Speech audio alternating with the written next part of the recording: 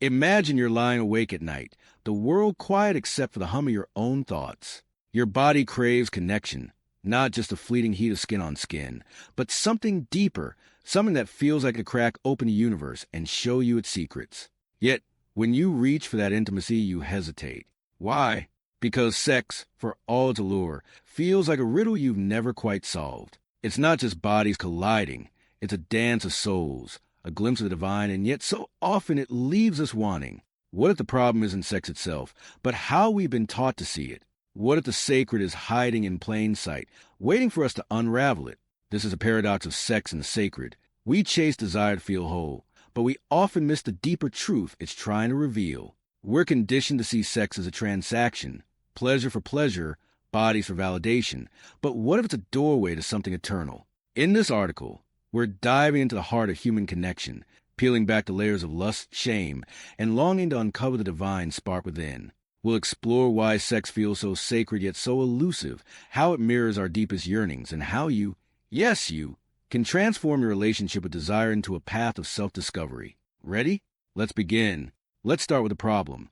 We've been sold a lie about sex. Society tells us it's about power, conquest, or fleeting ecstasy. Movies, ads, and even our own insecurities whisper that it's a game of surfaces. Look good, perform well, and you've won. But deep down, you know that's not the whole story. When you're tangled in someone's arms, there's a moment, however brief, where the world falls away. Your breath sinks, your guard drops, and you feel infinite. That's not just hormones. That's the sacred calling out to you, a reminder that connection is more than physical. It's a bridge to something greater. Carl Jung, the Swiss psychologist who plumbed the depths of the human psyche, would call this the pull of the self, the divine spark within us all. Jung believed that our deepest desires, including sexual ones, are expressions of our unconscious longing for wholeness, what he called individuation. Sex, in its truest form, isn't about possessing another person. It's about encountering yourself through them. But here's the catch. Most of us are too afraid to go that deep. We settle for the surface because it's safer. We chase orgasms instead of revelations. Why? Because to touch the sacred in sex, you have to face your own vulnerability, your own hunger for meaning. And that's terrifying. Think about it. When was the last time you let yourself be truly seen in a moment of intimacy? Not just your body, but your fears, your dreams, your raw, unfiltered self? If you're hesitating to answer, you're not alone. We've been taught to hide, to perform, to keep the divine at arm's length. But the sacred doesn't live in perfection. It lives in the messy, beautiful truth of who you are. In the next part, we'll dig into why we run from this truth and how it shapes our relationships. So, why do we shy away from the sacred in sex? The answer lies in our psychology and our culture. From a young age, we're bombarded with messages that sex is either dirty or divine, but rarely both. Religion, media, and even our families draw lines. Desire is sinful, or it's a commodity, or it's a status symbol. These contradictions create a kind of psychic split. Jung would say we're caught in the tension between our ego, the part of us that craves control, and our deeper self, which yearns for unity. The ego wants sex to be simple, a quick fix for loneliness or insecurity. But the self, it wants transformation. It wants you to dissolve into the moment, to lose yourself and find something bigger. This split shows up in our relationships. Maybe you felt it, the way a casual hookup leaves you hollow, or how even a committed partnership can feel like it's missing something. That's because we're not just craving bodies, we're craving meaning. Sex becomes a mirror, reflecting our fears of rejection, our need for validation, or our longing to be truly known. But instead of facing those reflections, we often turn away. We distract ourselves with technique, performance, or endless scrolling through dating apps, hoping the next match will fill the void. Spoiler, it won't.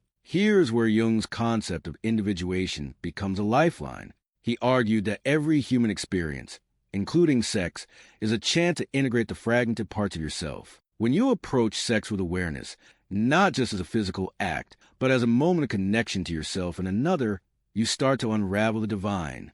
This doesn't mean every encounter has to be a soul-shattering epiphany. It means showing up fully, whether it's a one-night stand or a lifelong partnership. It means asking, what am I really seeking here? Am I running from myself or running towards something sacred? In the next part, we'll explore how to bridge this gap, how to move from chasing desire to embracing it as a path to empowerment. So how do you make sex sacred? It starts with you. The divine isn't out there in some perfect partner or transcendent experience. It's in the way you show up for yourself and others. Here's where the practical meets the profound. First, get honest. Ask yourself, what do I believe sex will give me? Love? Power? Escape? Write it down. Stare at it and don't flinch. Those answers are clues to your deeper needs, the ones you might be avoiding.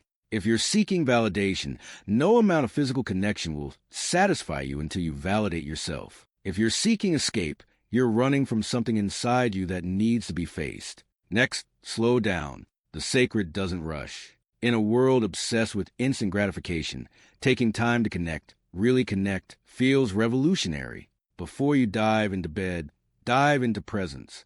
Look your partner in the eyes. Notice their breath, their hesitations, their humanity. This isn't just foreplay. It's a practice of seeing and being seen. Jung would call this confronting the shadow, the parts of yourself you hide. When you bring those parts into the light, sex becomes more than a release. It becomes a revelation. And here's the bold part. Stop treating sex like a performance. You're not an actor in a script. You're a soul, messy and magnificent, colliding with another soul. Let go of the need to impress. Let go of the fear of not being enough. The divine doesn't care about your technique or your body count. It cares about your courage to be real. Try this. Next time you're intimate, pause and ask yourself, am I here right now or am I in my head? If you're in your head, take a breath and come back to your body. That's where the sacred lives. Finally, reframe sex as a creative act. Jung saw creativity as a channel for the divine, and sex is no different. It's not just about pleasure. It's about co-creating a moment of connection, whether it's fleeting or forever. Approach it like an artist, curious, open, and unafraid of imperfection. This shift changes everything. It turns sex into a practice of self-discovery, a way to explore your desires, your boundaries, and your capacity for love. Let's bring this home. The journey from chasing sex to embracing its sacredness is a journey from fragmentation to wholeness. It's about reclaiming desire as a force for empowerment, not a source of shame or emptiness. You don't need a perfect body, a perfect partner, or a perfect moment to touch the divine. It's already in you, waiting to be unleashed. Every time you choose presence over performance, vulnerability over control, you're stepping closer to the sacred. You're saying yes to your own transformation. So here's the challenge. Stop running from the depth of your desire. Stop settling for surface-level connections that leave you hungry. Start seeing sex as a mirror, a teacher, a spark of the divine. The next time you feel that pull, whether it's a fleeting attraction or a lifelong love, ask yourself, what is this moment teaching me about myself? How can I show up fully, fearlessly as I am? This is your invitation to rewrite the story of sex in your life. It's not about conquest or validation. It's about connection, creation, and courage.